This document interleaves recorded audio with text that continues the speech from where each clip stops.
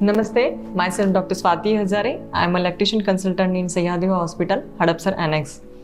आज हम लोग बात करेंगे कि एंगोजमेंट फेज मदर में क्यों आती है एंड अगर वो एंगोजमेंट रहती है तो उसके लिए क्या करना चाहिए।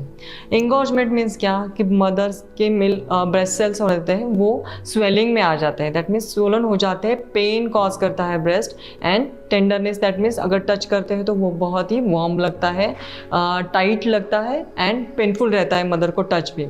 तो ये फेज़ जब भी क्यों आती है एंड उसके लिए क्या करना चाहिए, तो ये क्या रहता है कि आफ्टर बर्थ जैसे ही डिलीवरी हो जाती है तो milk generation and production and बाहर आना ये प्रोसेस शुरू हो जाती है। तो बाहर आने के लिए तो हमें बेबी हेल्प करने वाला है, दैट मीन्स ब्रेस्ट फीडिंग जैसे होगा अकॉर्डिंगली बेबी सक करके अंदर का मिल्क बाहर निकलेगा, लेकिन अंदर प्रोडक्शन करने वाले सेल्स आगे 2-3 दिन में एंगोजमेंट फेज दैट मीन्स एक स्वोलन फेज में चले जाते हैं because they are started now working.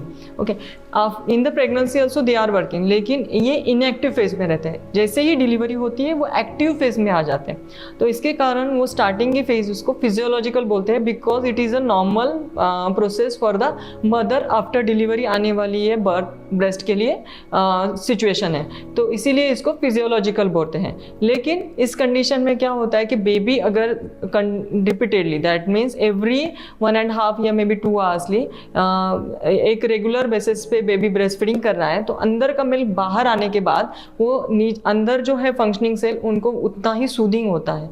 That mean जितना बेबी रिपीटेडली ब्रेस्ट फीडिंग करेगा उतनी ही एंगोजमेंट फेज मदर के लिए सूदिंग रहेगी, या दैट मीन्स उतनी पेनफुल नहीं रहेगी। तो ये treatment is the first part कि आपको वो एंगोजमेंट फेज में बेबी को रिपीटेडली सिर्फ ब्रेस्ट फीडिंग पे देना है। देन सेकंड थिंग इज़ क्या रहता है कि वो टाइटनेस की वजह से निपल्स एरिया थोड़ा टाइट होने के कारण बेबी कभी कभी लैच नहीं कर पाता।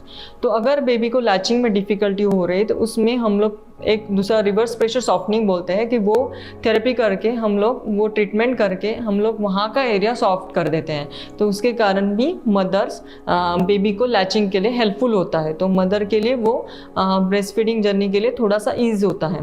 देन थर्ड थिंग इज़ क्या रहता है कि हॉट फोमेंटेशन, दैट मीन्स वहाँ पे हम लोग मदर को हॉट से उनको सेकने के लिए बोलते हैं ब्रेस्ट, तो उससे कारण जो भी स्वेलिंग आता है ब्रेस्ट का वो कम हो जाता है। तो ये 2 to 3 डेज में भी 4-5 डेज तक ये फेज रहती है। उसके बाद बेबी भी सक स्वॉलो प्रॉपरली करते हैं तो वो अपने आप ये फेज सेटलमेंट पे चली जाती है। किसी मदर की अगर कुछ बेबीज ना अच्छे से लैच नहीं कर रहे हैं, सक स्वॉलो नहीं कर रहे, तो इस कंडीशन में ऐसे होता है कि बेबी कभी कभी मदर्स को वो एंगोजमेंट बहुत ज़्यादा होती है एंड ये पैथोलॉजिकल में चली जाती है, that means it can cause fever also.